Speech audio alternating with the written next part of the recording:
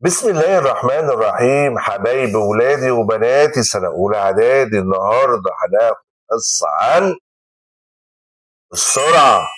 يعني إيه سرعة؟ إزاي بنحسبها؟ يلا بينا نبدأ. كنا خدنا يا صديقي في الفيديو اللي فات أو اللي قبله يعني إيه جسم متحرك وهو بيتحرك مسافات في مسار حركة. أنا بقى عايز أشوف المسافة اللي اتحركها قد إيه في وحدة الزمن. ادي بقى اسمها ايه؟ سرعة. طبعا رمز السرعة في. السرعة هي المسافة المقطوعة، يعني المسافة اللي اتحركها الجسم، طبعا اكيد المتحرك، خلال وحدة الزمن. وحدة الزمن يعني اقل شيء في الزمن، يعني الزمن لو بساعة يبقى وحدة الزمن ساعة. طب الزمن لو دقيقة يبقى وحدة الزمن دقيقة. طب الزمن لو ثانية يبقى وحدة الزمن ثانية. يبقى السرعة هي المسافة التي يقطعها الجسم المتحرك خلال وحدة الزمن. طب ازاي بنقيس السرعة؟ بنقيس السرعة بقانون اسمه قانون السرعة. طيب ايه بقى العلاقة الرياضية لقانون السرعة؟ مبدئيا لسه قايل ان السرعة في هتساوي قسمة المسافة دي، خدتها الفيديو اللي فات، على الزمن دي تي. يبقى إذا السرعة بتساوي المسافة على الزمن. خلاص. طب القانون ده يا مستر نقدر نشتق منه قوانين فرعية عشان بقى نسهل على نفسنا الاشتقاق أو نخرج منه قوانين فرعية. على نبص على مثلث الحل. يلا يا صديقي، أحلى مثلث ده ولا إيه؟ بص معايا يا صديقي على دايرة السرعة اللي هي في. شايفها؟ تمام.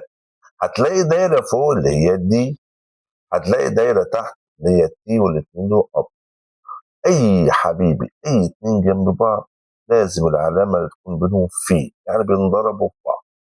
طب أي اتنين فوق بعض هيكون العلامة اسمها يعني على. يبقى اللي جنب بعض يضربوا بعض، طب اللي فوق بعض يقسموا بعض. يبقى لو عايز السرعة في هتساوي بقى مين على مين؟ اه يا مستر هتساوي دي على.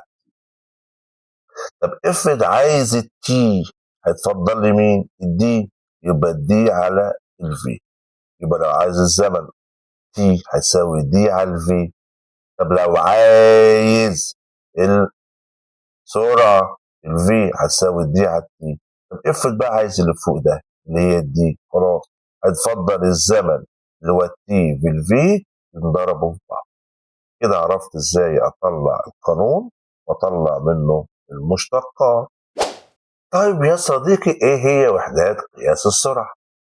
بص يا صديقي، وحدات قياس السرعة مش ثابتة، بتختلف.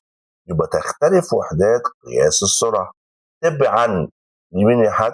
وحدتي المسافة والزمن. بالبلدي على حسب وحدات المسافة والزمن بتكون وحدات السرعة. طب وحدات المسافة خدتها قبل كده اللي هي الكيلومتر، ثم المتر، ثم السنتيمتر، وعرفت ازاي بحول منهم. الكيلومتر المتر من الكبير للصغير هضرب في 1000. طب من متر لسنتيمتر من الكبير للصغير هضرب في 100. طب العكس، لو من سنتيمتر المتر هنقسم على 100 صغير لكبير. أما من متر الكيلومتر هنقسم على 1000 صغير لكبير.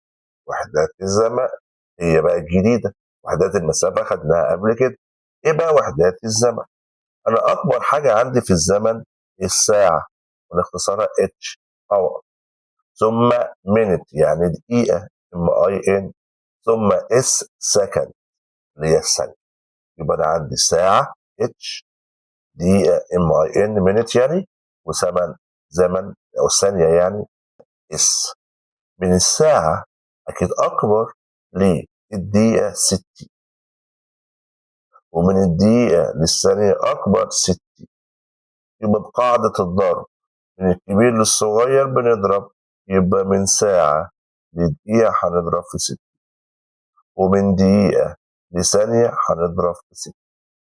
بالعكس، لو من ثانية لدقيقة هنقسم على 60 قاعدة القسمة.